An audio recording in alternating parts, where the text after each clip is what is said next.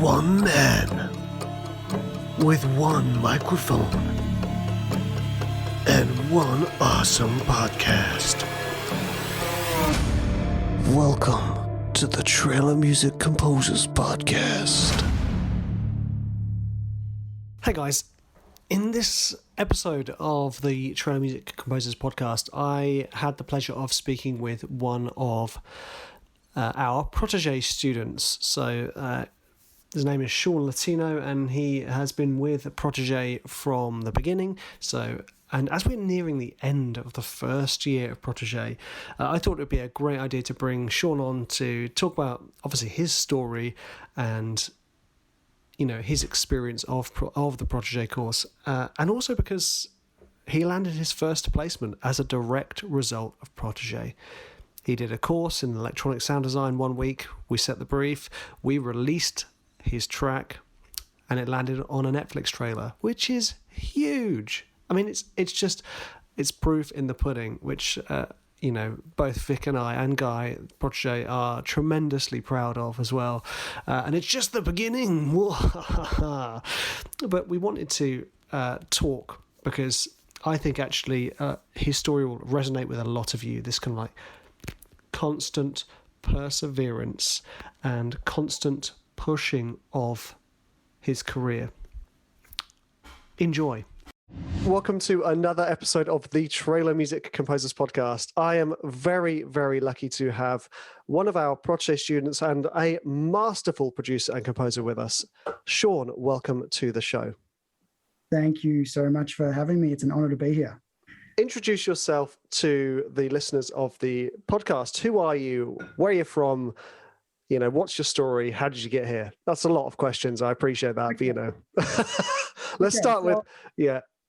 Okay, we'll start with my name, which is Sean Latino. I'm from Melbourne, Australia, and I'm a producer, composer, and audio engineer. Now my story. So basically, you just want me to go from like how I started to here to now? Yeah. I mean, the thing is, like, my favorite part of these interviews is almost always how people fell into music or how they jumped into it. You know, it was kind of like I was working a job I hated, I got fired, so I had to do music. Or, you know, I was sort of working 9 to 5, and on the sideline I was doing, you know, like me, I was doing it on the side as my side hustle, air quotes. Well, for me, I guess, look, it all started, I'm going to have to go back. So if I just go off track or whatever, you just nudge me along. Yeah. Yeah. Oh, I'll do. Yeah. Talk. So I guess first place to start is I don't have any like musicians in my family. I don't play any instruments. So that's the first thing. I've always done everything just by ear. I've always listened to music from a young age. I'd sit in my room and just listen to music all the time. My parents were big into movies. So we owned a video library, and my dad would always just watch just crazy movies, actions and horrors, and just stuff that a child shouldn't be watching. So they weren't really musically inclined, but I just got into music, just loved listening to it. When I was about 11, a mate of mine at school gave me a cassette tape. So that's kind of telling you my age. Gave me a cassette, which was Public Enemy. And that got me into hip hop. So after a few years of listening to all the awesome stuff back then, which was the NWA, you know, the Ice Cube, Ice-T, Ultra Mag, De La Soul, all that good stuff. By the time I was about 16, I saved up some money and I bought a turntable. And then I bought some records and bought a mixer and bought another turntable and started mixing records and started scratching. And that's kind of how I started my DJ career, I guess, whatever you call it. That's how I sort of started DJing. Was this in the 90s? Yeah. A long time ago. This was in the like mid 90s, I'd say, because I'm from 99. So this would have been like mid 90s I was DJing. And I linked up with some local rappers.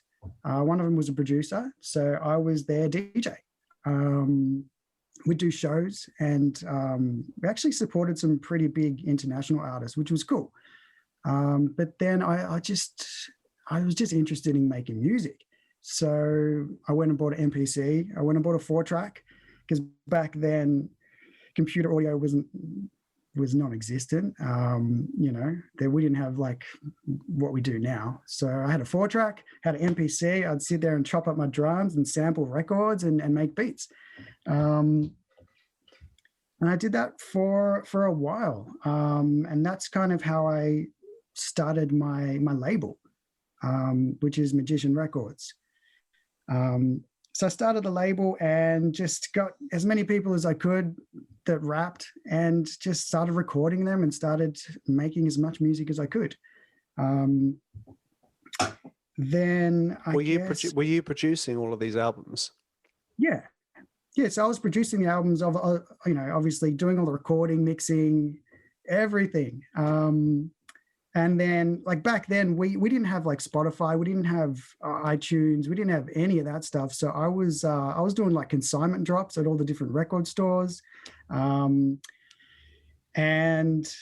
by the time I got my music a little bit better, and I needed to get it sort of Australia wide, I had to get distribution. So then I got a distribution deal, and and then obviously I had a distributor which I could send all my CDs to after I got them all, pressed up and everything. Mm-hmm. And they took care of all the distribution side of things. I just had to hope that people bought the album.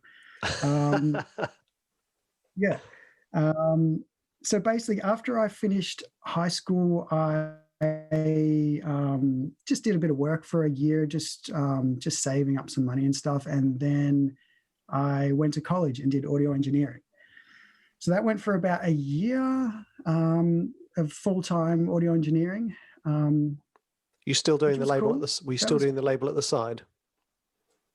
Yeah, still doing all, like, this whole time. I'm still doing the label now. So I've always been doing the label. I've always been just making music on the side and pushing out as many albums as I can. After doing college, I went to work in a studio actually for a year, unpaid. So I was working in a recording studio, unpaid for a year, and that was just for experience, which was cool. Then after that, I'd done a lot of work with Australian hip hop artists, and I wanted to work with American hip hop artists. So, well, not only that, I kind of wanted to work with all my favorite American hip hop artists, which was like the Kool Keith, the Tim Dog, the Chino XL, the Twisted Insane, all people just I listened to all the time. I was like, I want to work with these guys. So I hit them up. I got in touch with each of the ones, not all of my favorite ones, but a lot of like the main ones I was listening to at the time. I got in touch with them and collaborated with them, just sent them my beat. They recorded and like with their vocals, sent it back. I mixed it and did everything and released them. Dude, can I jump in? Right. So often in these stories, people sort of say something like, "Oh, I hit up these people." Right? Like let's talk about how that actually works out, because it sounds so easy. Oh yeah, so no. I just hit up Danny Elfman, It doesn't work like that. Can we just go into the details? How did you make those connections? Because that is often the hardest work to be done. Once you've got the connection, the resulting work from that is often flow. But how did you make those connections, especially back then? Was it snail mail? Did you write a letter? No, it was like MySpace. Oh, nice. It was MySpace, and then from there, like they realized I was serious about it, and then I got their phone numbers, and I'd call them and talk to them about it. So from Kool Keith, which was like that guy's a god in the hip hop world, he's massive. From talking to Kool Keith, I got in touch with Tim Dog, who unfortunately passed away, but I got to work with Tim Dog as well. And the same with all of them. I pretty much just, found a way to either email them or get in touch with them, whether it be MySpace or whatever social network there was at that time. But I don't know how I did it really, but I managed to do it. Yeah. And I got it done, which was cool. It was awesome. So I'm glad I did that because I've worked with some of my favorite, my favorite hip hop artists, which yeah, it's cool. Yeah, It's just dude. a cool. That's awesome. Well, I mean, how did you handle it when? I mean, I guess they didn't respond straight away, right? You didn't send an email, and it was like, oh, hey, great, awesome, let's work together.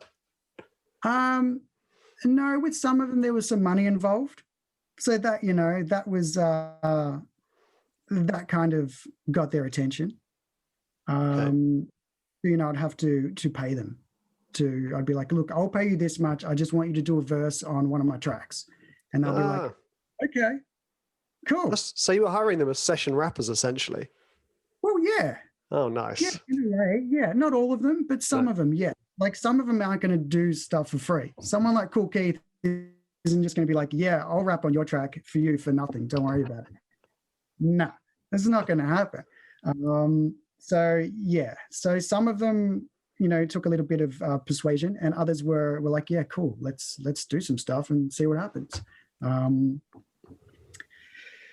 So from there, I guess I went to, from there, basically, I was realizing that I wasn't making much money from music. So I needed to do something. So I started a DJ business, a mobile DJ business. So I would do DJs for weddings, for corporate events, kids' parties, birthday parties, stuff like that. I'm sure you guys have got mobile DJs over there. You know what I mean? Oh, yes. So I started up one of them, and then I trained a bunch of DJs. So I trained like about 15 guys, and then I was, running the business and sending all my DJs out every week to different events. And that was a good little business. I had that going for about 5 years. And I was still always doing my music. So while I'm saying this, like all this story, I'm still doing my music in the background, yeah? Magician Records is still running. Yeah, still running to this day, still going. Yep. So after like 5 years of doing the mobile DJ business, I kind of had enough of that. So I sold it. I had an opportunity to sell it, so I sold it. And then I went straight into making another business, which was an online business. Selling vape products. You guys have got all the vaping stuff over there. And at that time, vaping was just starting up in Australia. So I saw an opportunity and I took it and I did really well, which was awesome. So that kept going for a few years, and then I got married and I had a mortgage and I had a baby. Well, I didn't have the baby, but yeah, I had a baby. And I was like, okay, I need more money. So I got a full-time job and I started working as well. So I was working, doing my side business, doing some music and trying to support a family, paying a mortgage, all that kind of stuff. From there, did you get like a regular day-to-day job? Yep. Air quotes. Yeah. Okay. Yeah. So I was like an AV technician. So I'd manage a group of guys who would go out and do installations for audiovisual, like home theaters, networking, stuff like that. So I managed a group of guys doing that stuff. That was going for a few years. And then that's pretty much when COVID came and just went, see you later. And at that point, I was like, okay, so I don't have any work now. My online business is kind of going down a little bit. What else do you know, really? I know how to run businesses, but now's not the best time to start a new business, unless, of course, you're Rich and Vic, but I'm not you. Yeah. So I wasn't going to start another business at that time. And I was like, what am I going to do? And I just went back on my music because it's something I've always done. And I was like, how can I monetize my music? How can I knew I wasn't going to make any money doing hip hop music. Yeah. It just wasn't yet. Yeah. Not the type of hip hop music I was making back then. Yeah. And especially in Australia, it's not the US down here. So, you know, hip hop's like big down here, but it's not like America. So I knew I wasn't really going to make it. Can you describe to the listeners what type of music you were writing then? Because I've heard it. So when you say not that type of hip hop, you know, I know what you're talking about. Describe where we are, you know, with what you were doing back then. Back then, yeah, I was just making like the hip hop I was making back then. It was just standard like 90s style boom bap kind of hip hop stuff. Whereas now, I mean, look, my music's always been a little bit left of center. It's always been a bit dark. It's always been a little bit in your face. Yeah. But it was hip hop. Yeah. I mean, I did Dre, and I went into some like crazy noise music with my buddy Laconic. We've got a group called Anon Speak, which basically every album we do is a new concept. So our first album was pretty much straight up boom bap. And then the next album, we kind of just went into like, we're just doing whatever we want to do. And that was The Tip. The album was called The Tip, and it's just an album of filth and disgust. It's a mess. It's horrible. You should check it out. You probably hate it, but it's really intense. So yeah, I've always done a little bit of you know, my style for hip hop is, you know, I've done the West Coast kind of style, which I love. So that's kind of, yeah, I do a little bit of everything within hip hop. Now, I guess my hip hop's completely different to what it was back then, though. Yeah. So where was I? Okay, let's get you back on track. So before I rudely interrupted, so you were talking about COVID hit. Yep, COVID hit. Okay, and I was like, how can I monetize this? How can I do something with my music? And I researched, and I was like trying to figure out ways to make money off music, and it was production music, sync music. And I kept researching and kept learning new things and found Taxi. Now, Taxi is a company where basically you sign up with them, and they'll send you briefs every day of, you know, trailer music, hip hop music, drones, everything, all sorts of country music, like everything. So I always watched it, and I mean, I was looking, you know, I always looked at the briefs, and the trailer music always sparked my, you know, it got my attention, but I didn't really know much about it. So I just focused on the hip hop stuff, and I got some forwards, and I got a bunch of music into some libraries. Don't know what's happened with those tracks, who knows, but I got like 30 tracks into a library, and then I still had the trailer music kind of thing in the back of my head, and I had the tools. Like I had Damage at that stage. I'd bought Density because I'd watched your video on Density, and I was like, that looks sick, I got to get that. Well, I got that, and I had a few tools, so I kind of like I was playing around with stuff, but I didn't really know what to do. So obviously, I'd watch and I'd learn and just try and, you know, play around until something came up. But the way I really got into it was I was on Facebook one night, and I saw a post from a guy called Lex Shallard. He's a composer from the UK as well. Awesome dude. We've actually become really good friends. So I saw a post that he'd done for a placement he got, and it was like some cool hybrid, just intense, just kind of stuff that I like. And I was like, I got to hit this dude up. So I just hit him up randomly. He never know me. He didn't know who I was. And I hit him up, and I was like, man, like I really like that music. I'd love to try and get into this sort of music. Can you just listen to my stuff and tell me what you think? I didn't think Lex would ever get back to me, but he did, yeah, like he got back to me, and he was like, yeah, look, I had to listen to some of your stuff, and it's cool. Like I'm working with this other guy in LA. I'll get him to listen, and then I'll get back to you. And I was like, awesome. So Lex got back to me after Chris, which is the guy he was working with,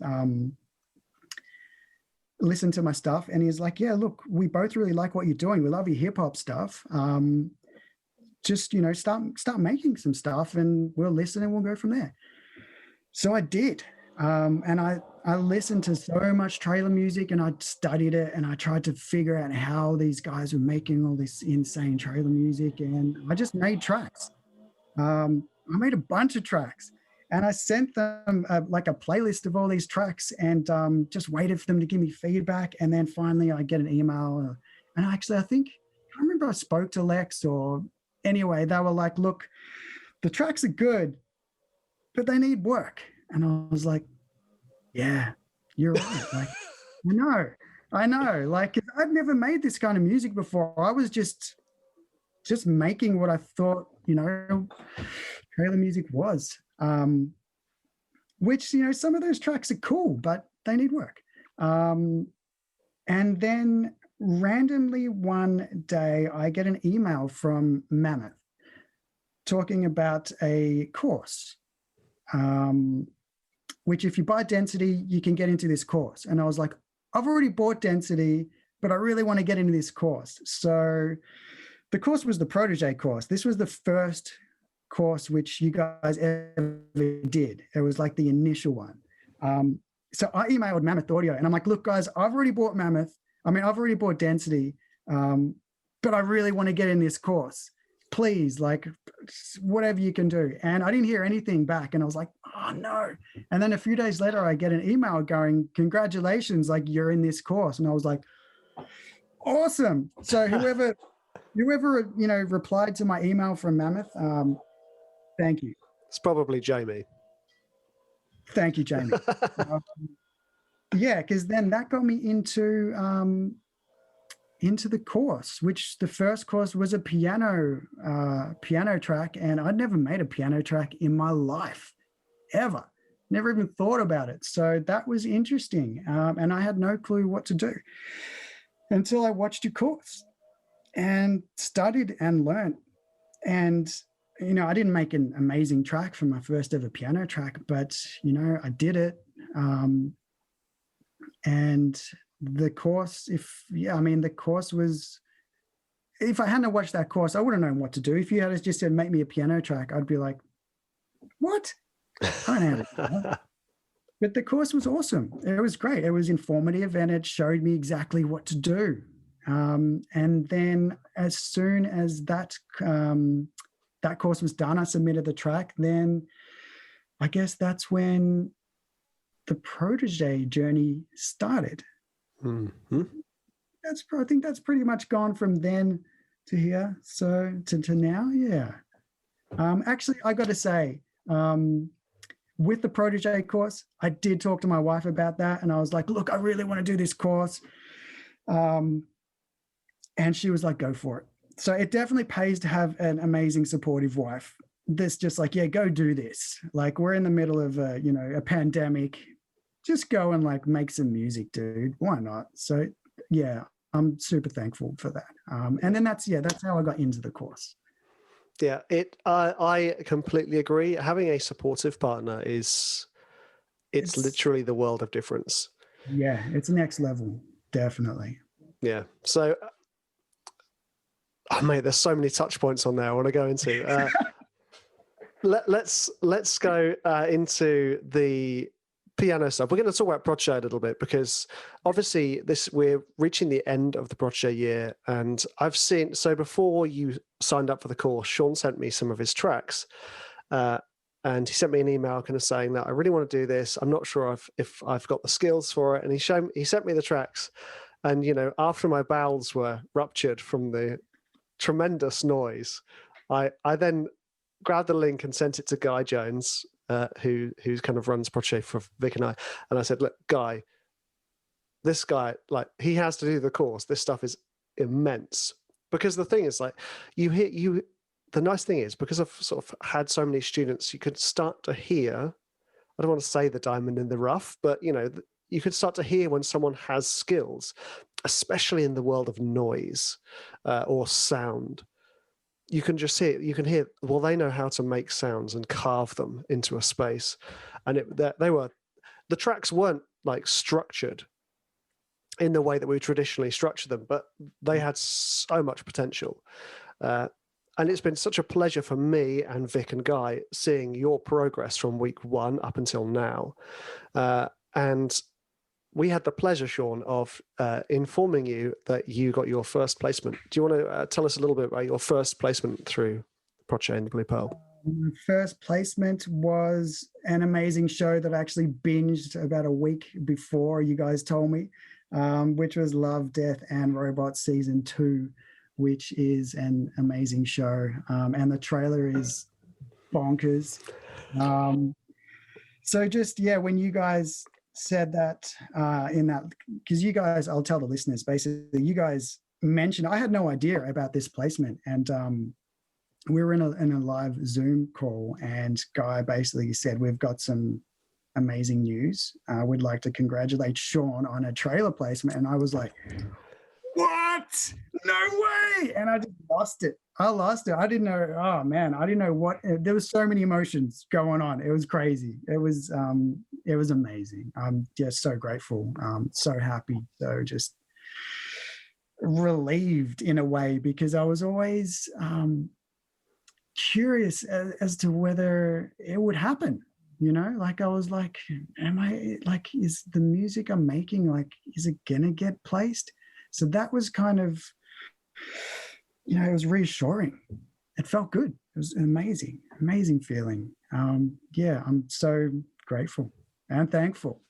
And it's like, it's all, you know, thanks to you.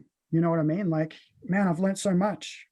I've learned so much from the course. Like you said, my music from the start to now is like night and day. I was talking to my wife about it actually, and the way I described it to her was like, I think it's evolved. I think my music, it used to be like 2D, yeah?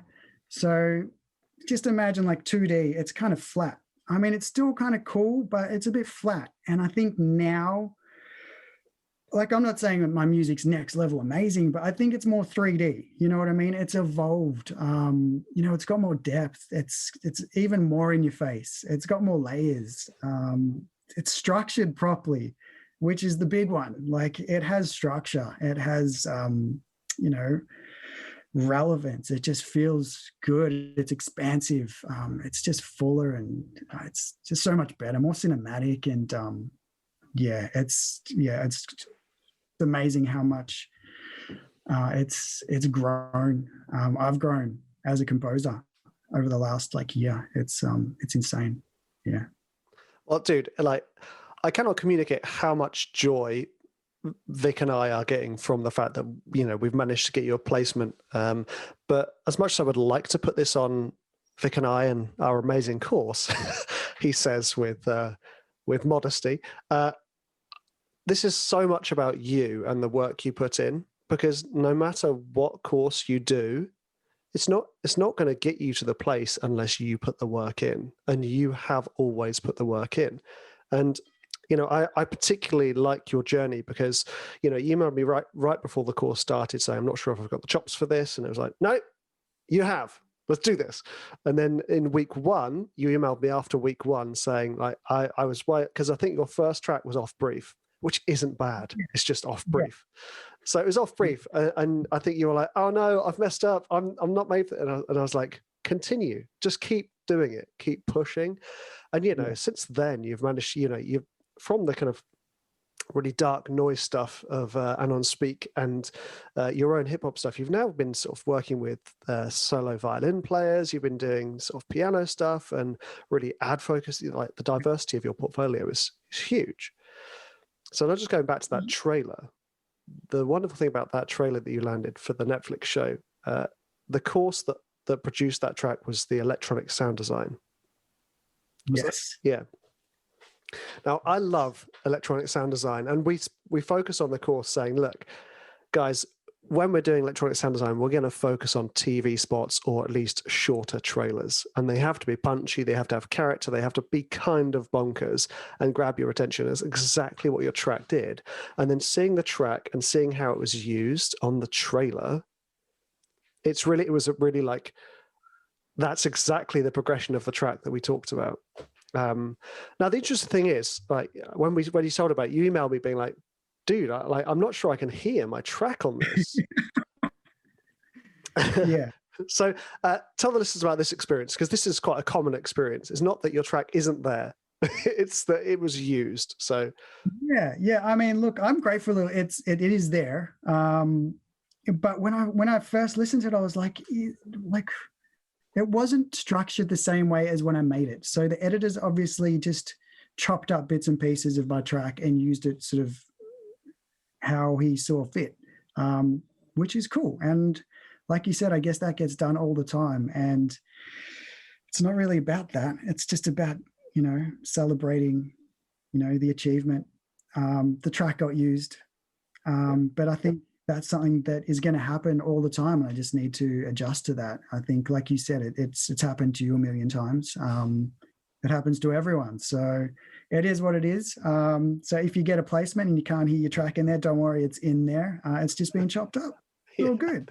It's a really strange experience, isn't it? Because as a musician, we kind of carry a tremendously large ego, brackets insecurity. Yeah. And we produce this air quotes art that we give to the world that's our kind of untouchable, don't touch this. This is the thing I've slaved over. Yeah. So going to an industry that will actively chop your music to pieces, it's the strangest thing, because you're like, well, wasn't my track not good enough? Why would, and then there's the whole, like, why would you dare touch my music? There's this whole like ego battle of insecurity and arrogance battling on. I think, sorry, I didn't mean to cut you off. No, carry on. I think you just, within this field, you can't be emotionally attached to your music. I think you need to just make the best music you can make, and forget about it and just move on to the next one. Just keep making really good music and move on. Don't get emotionally attached to it at all. Just do it and get on with it. Move on to the next one. Done. Yeah, listeners, that is exceptional advice. And it's often not talked about, the emotional attachment to your music. But in production music, library music, even when you're delivering a service, you have to just see it as a service. If you get emotionally attached to your track, it will become much more stressful. The whole process will be stressful. The feedback will be stressful. Even landing a placement will be stressful, because you'll just go, well, they touched my art. That's. And if you find that too hard to let go of, perhaps look at another way you could approach this. But it's a learning curve in itself. So you've talked about all these sort of learning points in your career, and how all the way through you've kept your music going whilst you changed jobs, bought and sold business, not bought, started and sold businesses. And now you're in this world of production music, which I just want to highlight to the listeners. Like, Sean has only actively been in this production world since starting Protegé, really, maybe like a month or two before. Yeah, totally. Yeah. So first placement in that length of time is phenomenal. It's great. And it's kind of exposed you to a whole new world. Producing your own stuff to your own brief is completely different. So what creative barriers do you see as a trailer composer, or as a production music composer? What creative barriers do you see other people will have to overcome, or that you have had to overcome? Wow. I can give you some examples if you want, Sean. No. I mean, I guess creative barriers would be like overthinking, and being super critical. I think trying to make something new and different and original, trying to be like creative. I guess that's the barrier that I guess we all face, is just trying to do something cool and different. And I mean, the way I kind of deal with that is I just get in front of the computer. I press buttons. That's all I do. I just press buttons, press keys, and until something happens. And if something's not happening, just walk away. Go like play with your kid, or play with your dogs, or go for a run, whatever you do. But if it's not happening, it's not happening. You got to give it some time. Then when you come back, it'll happen. Because it's happened to me so many times. I'll be working on a track for a brief and I'll be like, oh, it's not happening for me. And then I'll just leave it and I'll come back and then I'll play around and something will happen. And then you just build from that. And that's kind of, I guess that's kind of how I get around those creative blocks. But I mean, it's going to happen regardless. Yeah. I think taking a break and listening to music, that's another thing I do a lot. If I'm really struggling, I'll listen to stuff. It doesn't have to be trailer music. I'll listen to anything, just to kind of refresh my mind, get some inspiration, and then that might spark some kind of creativity, and just from that you'll be like, yeah, cool. Like maybe I can play around with this and make that, and and then just turns into something. It's just kind of how it happens. It's weird, but yeah. Does that make sense?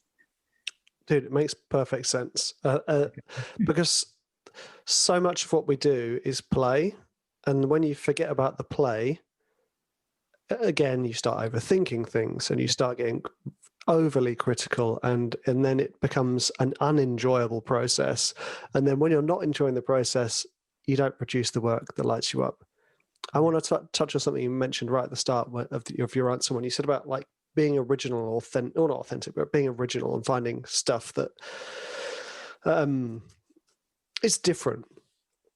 And the thing that I have noticed is when the students of Protegé follow their own instincts and do the stuff that they love, that's how they're different. Even if they're on the same brief, you'll go, oh, that's Sean's track. Oh, that's Anna's track. You'll hear it in the submissions, because you are adding yourself to the music. And it's a really annoyingly intangible thing to talk about. But even just the way that you would use the same plugin, I'm sure you've listened to all these shows. You know that we all use the same libraries. We all use the same effects. Yeah. I mean, even you guys who've watched me do exactly like step by step, this is how I do it. You'll do something, and even if you do exactly the same as me, it will sound different. Yeah. And that's the thing to remember, that if you just do the stuff that lights you up, and like you said, find a sound that excites you, or get into that place, then you will just let yourself run with it. Totally. Yeah. So what advice would you give to people who want to get into, not just trailer music, but the wider world of production music?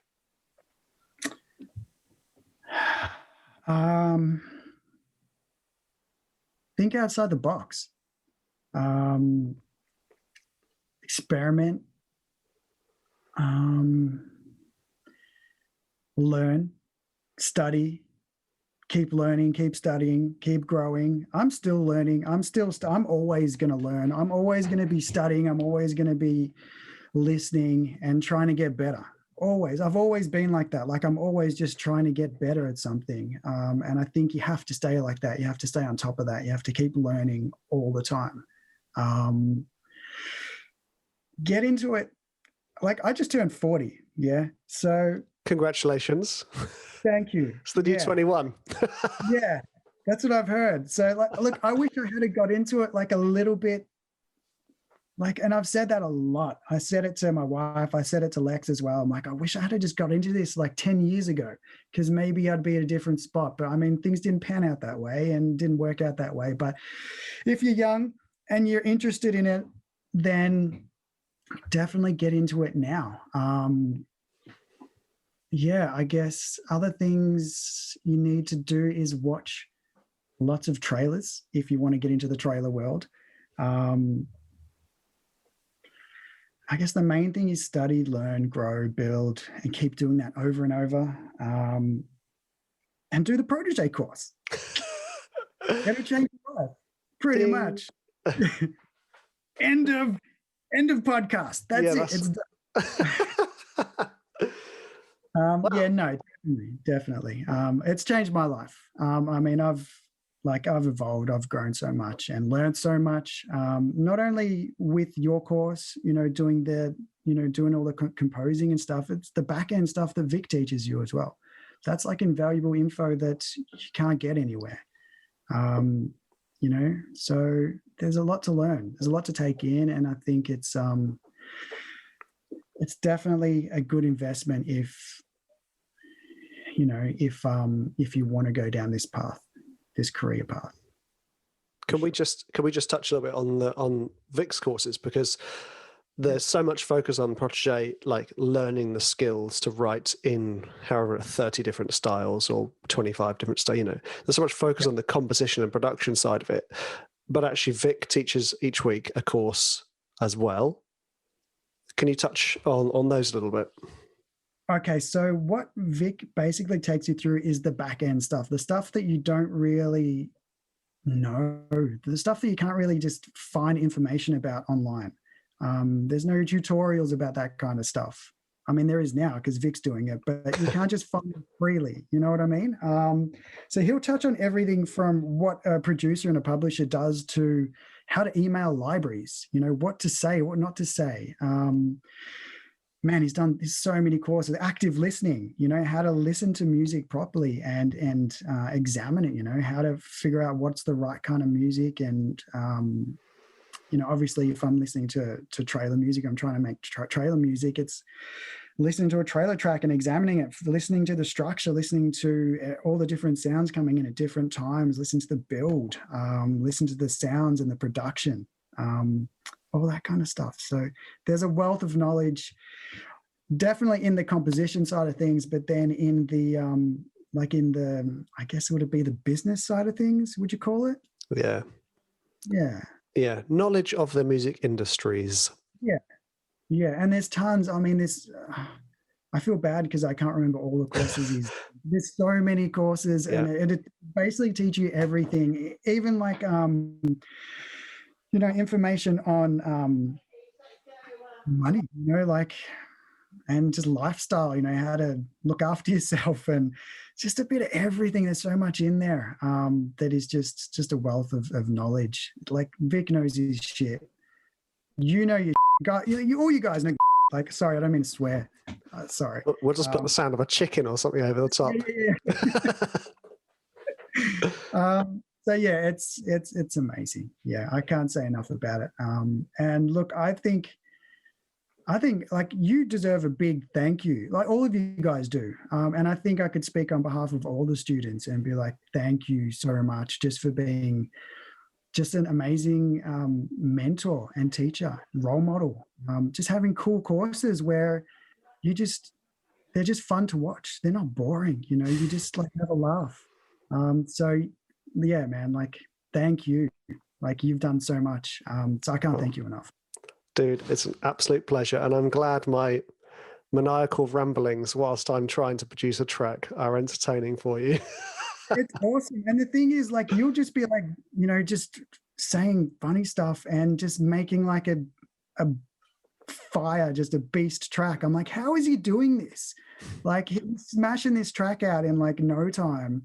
It blows my mind. It's next. You just smash out some of these tracks. I'm like, oh man, how does he do that? It's awesome. Hats off to you, sir. Thank you very much, sir. Yeah, I have to say, that the whole like writing and talking whilst you're writing, that took me a long time to like get to grips with. Oh man, I don't know how you do it.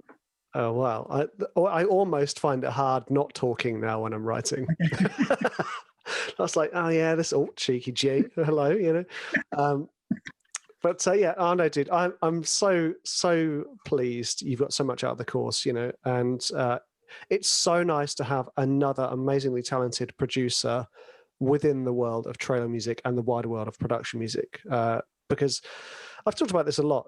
People ask us, aren't you just training your competition and stuff? It's not like that at all. Like, there's so much work around, and seeing you succeed, seeing other people succeed is the reason Vic and I are doing this. And the reason I do this podcast, the reason I do the Trailer Music School, is because I want to help, and Vic wants to help. We want to help you guys because, there's so much work to be had that it's like, guys, let's just share the love. This is awesome. And it's so nice seeing your journey from the start of the year to now. So I've got a couple of nerd questions to finish up on. And yeah, go for it. Love a good question. Talk to me. You know, the listeners, as much as we like talking about the woo-woo things, well, I do anyway, we all want to hear about what gear everyone is using. I'm not talking about outboard gear. You know, I'm not that type of nerd. You know, I'm not even sure I know how to plug in the outboard gear in, to be honest with you. But we all like to hear what stuff we are using. If anything, it's just a reassurance that we are using the right gear, and also any good recommendations. Like, for instance, the Valhalla reverbs. Not Valhalla. Is it Valhalla? I think it's Valhalla, isn't it? Yeah. So Valhalla comes in quite a lot, and the Pro Q3. There's some gear that people just say, sound toys, that just happen to be used by everybody. So let's go through the quick fire round, Sean. Okay, let's do it. Okay, what's your workstation of choice? Digital, that is. Cubase. Yeah. Okay, on Cubase, go to piano library. Right now, it's not open. No, I mean, like, what is your go-to? As in, like, what would you go to use straight away? I thought you were like, go to piano library on Cubase right now. I'm like, dude, I've got like my studio computer's not on. Like, I can't go to it right now. Come on. Yeah, play me some music. Okay. Sorry, man. Okay. Piano library, was it? Yeah. Oh, man. Well, I mean, you've pushed Alicia's keys so much that I use that so much.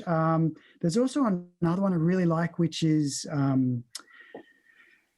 Wave Alchemy. I think it's called like Sapphire or Delphine or something. It's cool like piano sounds. So I really like that. And, you know, maybe like layering the two is cool. Definitely. Awesome. Yeah. I've not heard of that one. And this is the thing. Cool. This is the thing I love. You know, when people bring up a library, I'm like, oh, I don't even know about that company. Well, okay, I know what it was, but you know, I don't. You know, sometimes there's a company I don't even know about. So, okay, so what about string library? Look, I like really dirty, gritty. Like, I'm not one to. I try and stay in my lane. Yeah, like I'm not a massive orchestral dude. I like electronic sound design, as you know. I love that stuff. So when it comes to strings, I like to just use like really dirty, gritty sounds. And one I've found which I really like is the Spitfire alternative solo strings. I think it is. That's got some gritty, really nice gritty sounds that I love to use. So yeah, that one is cool. Alternative solo strings. I don't know about that. I've got one of their libraries, which is the London. Yeah, I've got that one too. That one's cool. Yeah. The London Orchestra, or whatever that one is. That one's cool too. But this alternative solo strings is like just gritty and dirty. And then like you just smash it with compression and saturation, just distortion, and those strings sound nasty. It's beautiful. Love to check that out. That's how you get those cool string sounds. Obviously, there we go. There you go. Okay, I know you're not a big orchestral guy, but we all need to have some brass in our life. So brass library. Look, the only one I've got is Talos. Is it okay. Audio Material Talos? That's the only one I've got. I mean, actually, I've got Abbey Road 1, the Spitfire Abbey Road 1. So I've got that, and I use the brass on that as well. But that Talos is cool. It's got some cool, like, deep, dirty bass. I mean, brass sounds. Like, they're cool. So yeah, I mean, that's what I've got to work with. So I'll work with that one. Yeah, I'll go. It's limitation is often the best way. And as you say, stay in your lane. You know, if you don't want sort of beautiful choral brass, don't use it. Don't touch it. Yeah. Okay. Right. Go to percussion. I know percussion is a difficult one because it's a pretty huge spectrum. Are we talking big drums? I'm talking like generally. If you needed trailer percussion, what were you going to use? Oh man, I guess like the go-to all-rounder is like the Damage, which everyone uses. Yeah, I'd say like just a general all rounder has got to be Damage. There are other really good drum libraries out there, but I think that would be your go-to. Cerberus is cool. There's a few really good ones, but I guess like the go-to would be Damage, and then with drums it's tough because they all sound so muddy, and like I do so much processing on my drums, and I've had a few people hitting me up throughout the course being like, what are you doing to your drums? Like, what are you doing? Tell me. I'm like, I'm just using the same libraries you're using, but I'm just processing them the way I've been I've been making hip hop for 20 plus years. I've always been focused on drums. So I just process them how I process them. That's just what I do. But yeah, I guess, Damage would have to be. Sorry, I went on a rant. Dude, I'm going to have to push into that round because your drums always do sound fantastic, no matter what brief you're doing, whether it's trailer brief, whether it's sort of advertising, whether it's TV score type stuff. The drums you use always sound like you can hear that you know how to work a drum kit. You know how to carve that kick in, and not even just the kick, even the hats and the snare, which sometimes it's just so tempting just to put them in there and just be like, that's where they sit. Because I know I do that. I'm like, I'm not going to spend any time on that. So I'm going to put it in there. I would personally be very keen to see your process because you are so good at it. Yeah, I mean, look, I would be happy to show you like how I go about it, but yeah, it's a lot of processing. Like I don't have a go-to like kick drum or a go-to snare drum that I just use every time, or hi-hat, or I just kind of use what I feel sounds right at the time. And then I just go to work on it and do whatever I have to do process-wise to try and make it sound how I want it to sound for that particular track. Yeah, it's just, I mean, sorry? I was just going to say, yes, don't worry, you don't actually need to give me your plug-in chain, but I am curious though, because obviously you use trailer drums, but is it drag and drop samples, or is it sample packs, or is it a kit? Like, is it battery, or? Like I use the same, I use like Damage and that, but are you talking about like when I'm doing hip hop drums or when I'm doing trailer drums? Well, I'm pretty sure if we're going trailer, you'll be using Damage. If we're going hip hop, or even it's not. The thing is, even when you're not doing hip hop, you will throw in drums that are basically cheeky hip hop drums. So yeah. So what kits are you using there? I've literally got thousands of drum samples that I've been collecting over the years, and I will just go through and pick a kick that sounds cool. I mean, I've got battery and I'll load up sounds in battery. Look, even some of the stock Native Instrument sounds in battery are cool. Not all of them though, but some of them are cool. They just need some tweaking, I mean, look, every drum out there, like I think they all need processing. Mm-hmm. No matter where you get it from, you can get the best sample pack in the world and you put that kick in there and try and mix it with your track, and it's not working. You need to process. You need to do something to it, tweak it a bit to make it sound right. I don't think there's ever a drum that I've used and I've just slapped it in and it's been like, that's perfect, let's move on. No, it's like, you better make it sound cool. Like you gotta work on that sound and mold it and shape it and just put some time into that to make it massive. And I just love drums. I love just massive drums, and I don't know, it could be a bad thing. I don't know, because sometimes it might not work, but I just seem to always go over the top when I do stuff, and drums is one of those things that I just can't get enough of, just massive drums just smashing you in the face. I love it. Massive drums can make a track. Like, guaranteed, if your drums sound well produced, the rest of the track almost just falls into place. If you've got weak sounding drums, it just completely deflates the cue. So drum production is absolutely huge. And drum production terrifies me. It terrifies me. Yeah, it terrifies me. Because I'll make a course for you. I'll hold you to that, sir. But yeah, it terrifies me because it's one of those things that I've always been told, oh, your drums don't sound big enough. So like I've got this like long list of people criticizing my tracks because of drums. So if I'm ever doing any drum stuff, I just pull up my library of negative thoughts and just like, oh no, you don't know. Your drums sound good. Like all of your drums in all your tracks sound good. I don't think. I mean, obviously they like when we hear them behind the scenes, like within the course, that hasn't been mixed and mastered, but I can still hear they work. They sound good.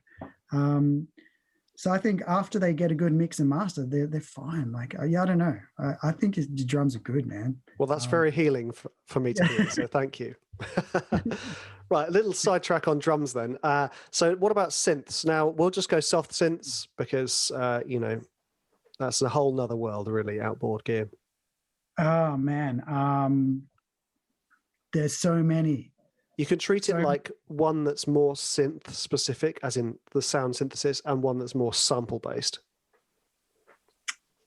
Look, I'd probably just go with Serum. Like Serum, Omnisphere, they're both, awesome. I'd probably navigate to, or I'd probably go to Serum over Omnisphere. Yeah, I think I'd probably go Serum on that one. Nice. It's a popular choice. Yeah, okay. Good one. This one I know is going to get a not concise answer, because this one always, it's a contentious one. Most used top 3 effect plugins. Shit. Okay. Sorry. SSL compressor. Obviously Sound Toys. I mean, it kind of goes without saying. So it's just it does. Sound Toys. And the Black Box. Black Box is, I love that thing. The Black Box, what's that? It's like, it's going to change your life. You're going to love it. It's like a saturation kind of distortion plugin. It's beautiful. It's really nice. I'm just Googling it. Black Box Analog Design HG2. Is that the one? That's the one. Get some of that in your life, Rich. Dude. It's nice. It looks pretty hot. I mean, you can pretty much do everything with, Decapitator. I mean, that thing is a beast as well. So you don't really need the Black Box. I just like the Black Box. Yeah. I use both. Don't get me wrong. Especially when I'm doing some like crazy noise music, I'll throw every distortion I've got at that. Like that brief we had with the, where I did like a noise track where there was like was it the Surprise Us brief, I think? Yeah. And I thought Vic was going to just tear me apart and you're going to hate it. And he was like, no, man, this is awesome. I'm like, what? Really? Okay, cool. Yeah. So with distortion stuff, I like to throw, if I'm really getting into distortion, I'll throw every distortion I've got at it. Everything gets in there. Nothing escapes. Because it completely changes the nature of the sound. Oh, man. Yeah. Just destroys it. Beautiful. Yeah, it is beautiful. Oh, damn, I had a good question. It's left my mind. Okay, we'll just go to the last quick fire question. No. So I thought it was coming back to me. So what's your number one piece of advice to write better trailer music? Number one piece of advice to write better trailer music? Mm-hmm. Practice, learn, do the course. No, seriously, definitely do the course, but practice and learn and keep learning and study and listen. Listen to these beast composers out there. There are some amazing composers. Just next level composers. I listen to their stuff and I'm like, oh my God, how's he doing that? Any particular names spring to mind? Brent Daniels is like a beast. I love that dude. everything he does, I'm just like, dude, it's so good. Lex, I love everything Lex does as well. It's Lex his Sherman. music.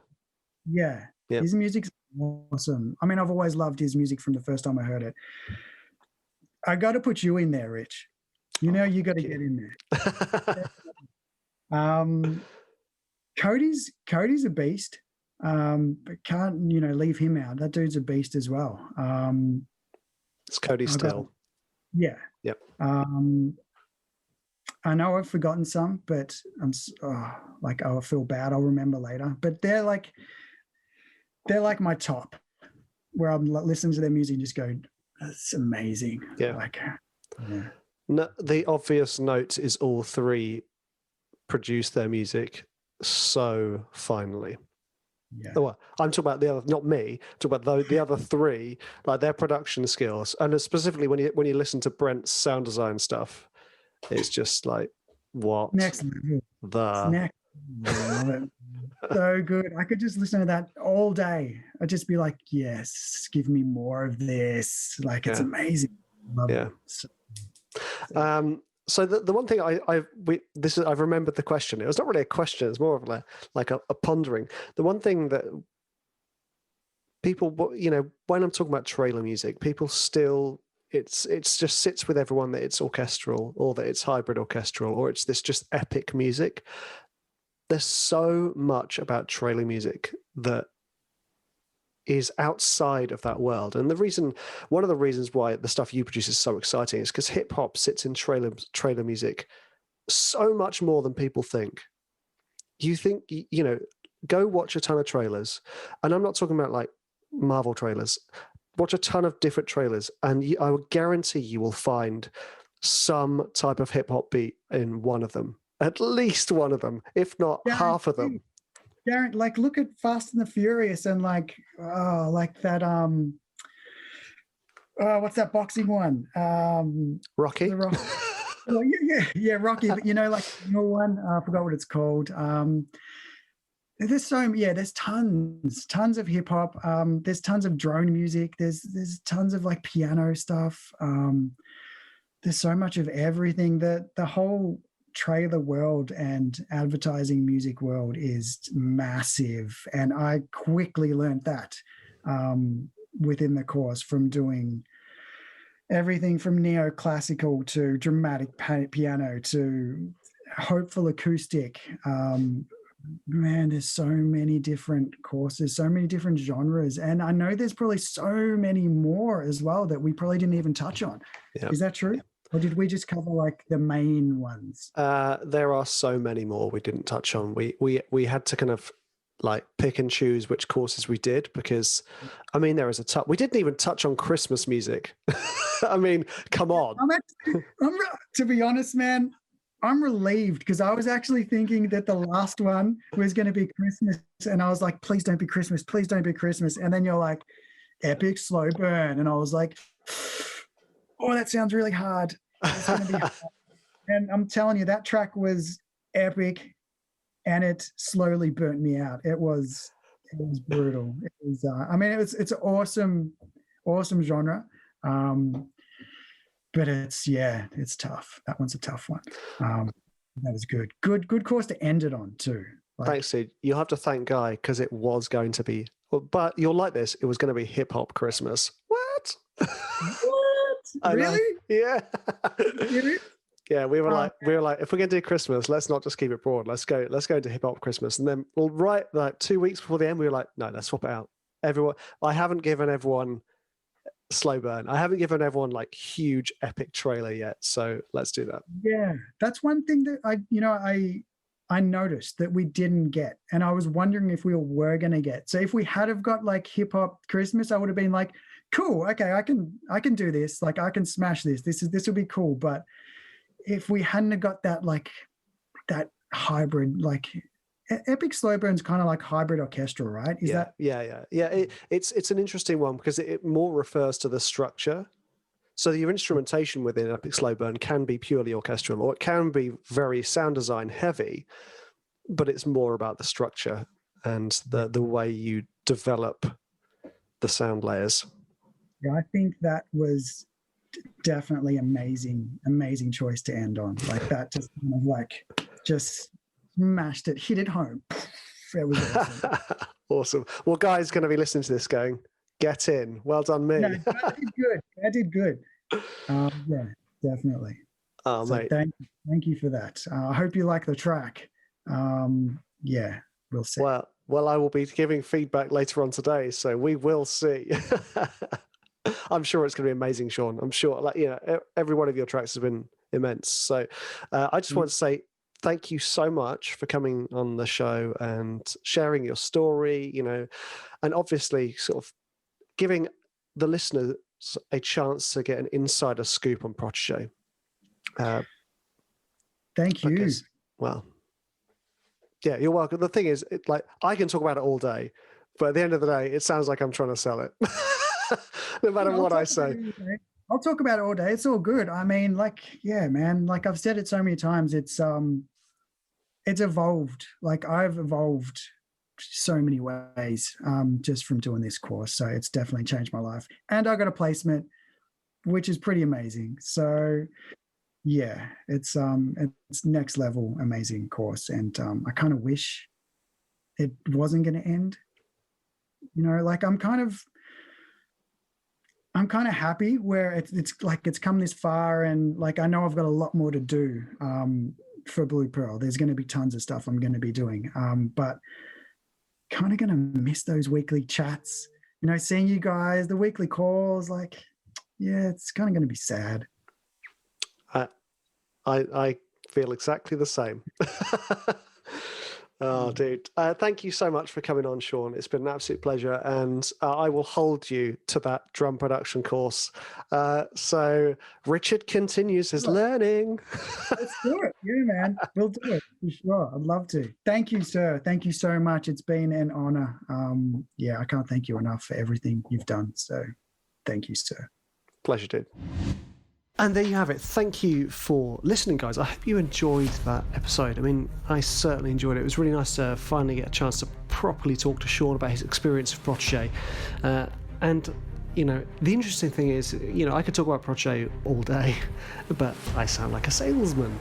So it's really nice to hear somebody who's been through the process and experiencing success as a result of the education and the business, the career opportunities we're offering. If you are interested in joining Protegé, we are open for new applications for next year's course, which will start up mid-September 2021 this year. You just need to email. Actually, we'll put the contact details in the show notes, just in case I give the wrong contact address, which is perfectly viable. Anyway, thanks for listening, guys. You're absolute legends. I hope you enjoyed the interview, and I will speak to you next week.